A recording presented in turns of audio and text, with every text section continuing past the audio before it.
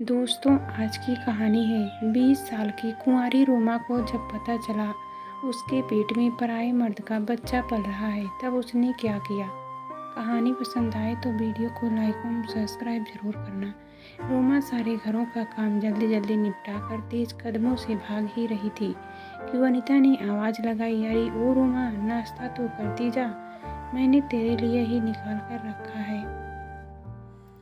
रख दीजिए बीबी जी, मैं शाम को आकर खा लूँगी, अभी बहुत ज़रूरी काम से जा रही हूँ। कहते हुए रोमा सर पर दौड़ गई। रोमा यहाँ सोसाइटी के कुछ घरों में झाड़ू पोछा बर्तन साफ सफाई का काम करती थी। इस समय वह इतनी तेज़ी से अपने प्रेमी रवनी से मिलने जा रही थी। रवनी बगल वाली सोसाइटी में मिस्टर मेहरा के यहाँ ड्राइवर था। पिछले 2 साल से रोमा एक रवनी के गहरी जान पहचान हो गई थी।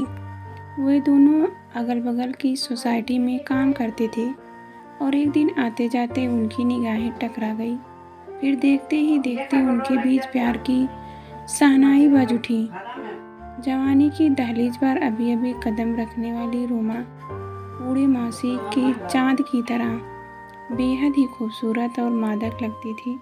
उसकी हिरनी जैसी आंखें, सुराहीदार गर्दन, पतली कमर और गदराया बदन देखकर हर कोई उसे रस भरी निगाहों से देखता था। लेकिन रोमा की जिंदगी का रस रवनी था, जिससे शादी करके वह अपना घर बसाना चाहती थी।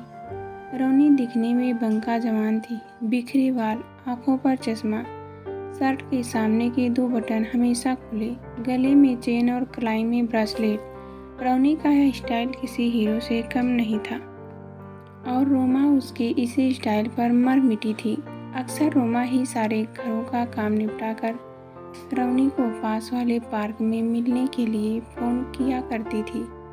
लेकिन आज पहली बार रवनी ने फ़ोन करके रोमा को ज़रूरी काम है कहकर बुलाया था। रोमा भागी भागी पार्क में पहुंची तो देखा कि रवनी वहां उसका इंतज़ार कर रहा था। रोमा को सामने देखते ही रवनी ने उसे अपनी बाहों में दबोच लिया। रोमा खुद को छुड़ाते हुए बोली, यही था तेरा ज़रूरी काम जो तूने मुझे यहाँ इतनी जल्दी में बुलाया। तुझे पता है कि मैं बनर्जी के घर का काम छोड़कर आई हूँ। अब जल्दी से बोल कि यहाँ मुझे क्यों बुलाया। रोमा की कमर पर अपना हाथ डालकर उसे अपनी ओर खींच करीब लाने के बाद उसके होठ पर अपनी उंगली फेरते हुए रवनी बोला, हमारी शादी के लिए रुपयों का जुगाड़ हो गया। यह सुनते ही रोमा उछल पड़ी और बोली, अरे वाह, यह सब तूने कैसे किया? तेरा मालिक तुझे रुपए उधार देने के लिए तैयार हो गया क्या? रोमा के ऐसा पूछने पर रवनी के चेहरे पर एक राज भरी मुस्कान और आंखों पर एक अजीब सी शरारत तैर गई और वह रोमा का चेहरा अपने हाथों में लेकर उसके होठ को चूमने लगा। रोमा झुंझला कर रवनी से अलग होते हुए बोली, छोड़ मुझे, पहले यह बता कि रुपए कहाँ से आएंगे।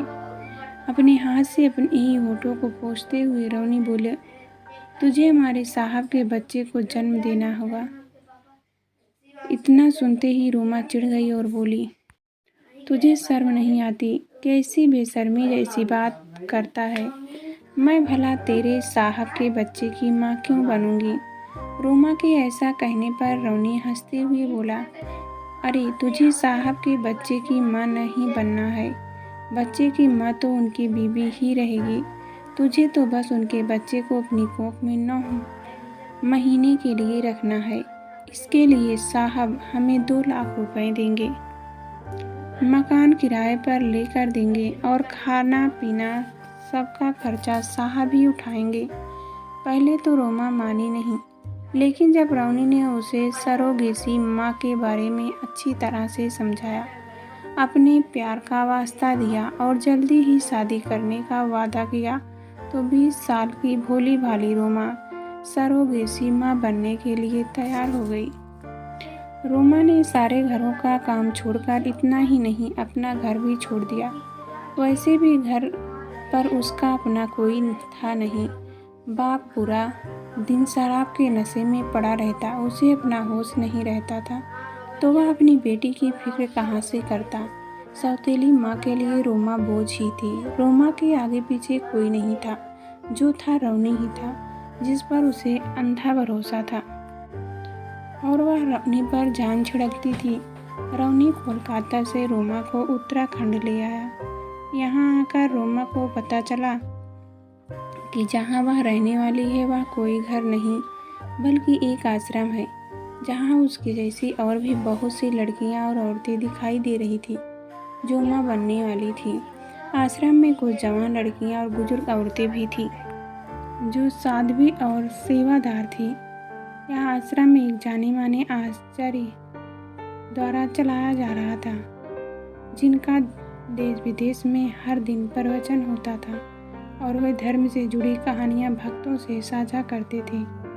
रोमा को यह सब बहुत अटपटा लग रहा था, लेकिन वह रवनी का साथ पाकर इन सब को नज़रअंदाज कर रही थी। रोमा की दुनिया अब बदल गई थी।